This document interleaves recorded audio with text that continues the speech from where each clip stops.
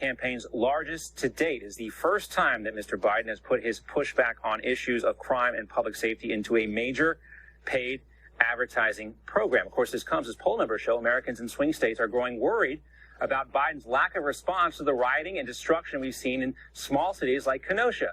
We've also seen regularly reliable states like Minnesota move in the direction of President Trump due to violence, and bigger cities as well. But don't forget that it was just a couple of months ago when Democratic VP nominee Kamala Harris was promoting the Minneapolis Freedom Fund. That group had been raising money to bail out rioters and looters arrested in the wake of George Floyd's death. Joe Biden says he supports redirecting money away from some police departments, but not the broader effort, rather, to defund the police. Here's what he told CBS News all the way back in June.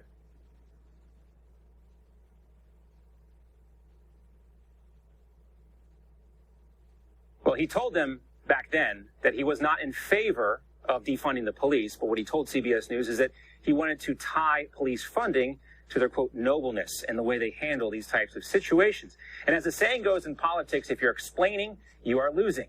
Biden and Harris have been trying to explain their way out of this, but their poll numbers keep moving in the wrong direction on this issue in particular. The issue right now is the issue in the 2020 presidential race. And will this $45 million media investment by the Biden campaign change the trend lines?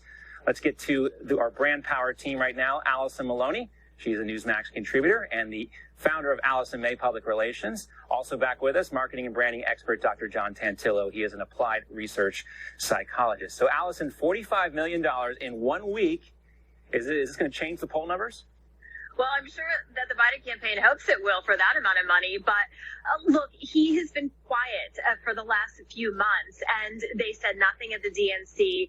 And obviously, as you mentioned, the polls are getting closer, especially in these cities. So he needs to do something. So I'm sure behind the scenes they said, look, we got attacked last week at the convention. Everyone's talking. We need to do something. It's a reactive ad. It's going to be played all throughout those key states. For him, he needs to spend money in advertising because he's not out there campaigning as much. But again, it's very reactive. Mm-hmm. Everything seems to be reactive. Even his trip to Kenosha later this week, John, perhaps maybe the most famous rebranding in advertising ever is the tobacco industry, going from doctors telling us that smoking was fine. Then we had the Marlboro man who said, you know what, smoking might kill you, but who cares? You're a cowboy and it looks cool, right? And now they can barely advertise unless they're telling us how deadly tobacco products are. That said, the CDC says tobacco companies spend about $25 million every single day on advertising. They do it through kickbacks to retailers and things like that. But I'm not trying to say that the Biden-Harris campaign is a carcinogen here, but they're rebranding in terms of how difficult it's going to be. Will the American public buy it? Well, you know, as I always say, advertising is the truth well told.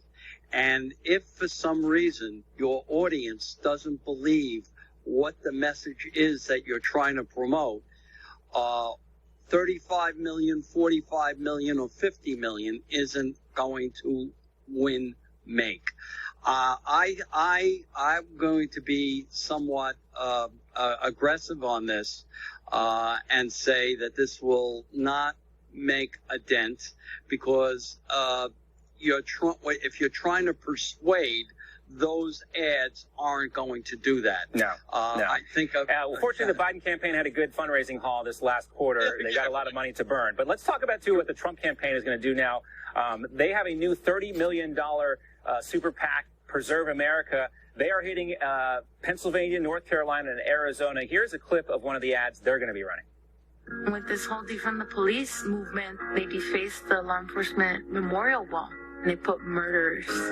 That's my husband's name on there. My husband was murdered. I haven't heard Joe Biden stand up for law enforcement, which says a lot. You're part of the problem because you're condoning it. Allison, just 20 seconds here. We have the issue of them not condemning the violence, but also now the Trump campaign, the super PAC, not the Trump campaign, it's a super PAC. They're making the issue that Joe Biden doesn't support law enforcement either. Yeah, super PAC commercials are very effective because it's not coming directly from the candidate. They dropped a ton of money in the last election. I expect them to do it more so even this election because people tend to believe those ads more than coming right from the candidate. Yeah. Chris LaSavita is one of the guys behind this. He was involved in the 2004 John Kerry Swift Boat campaign, which was devastating to Kerry's campaign. All right, Allison and John, great to see you both. Thank you so much. We'll see you for Brand Power next week.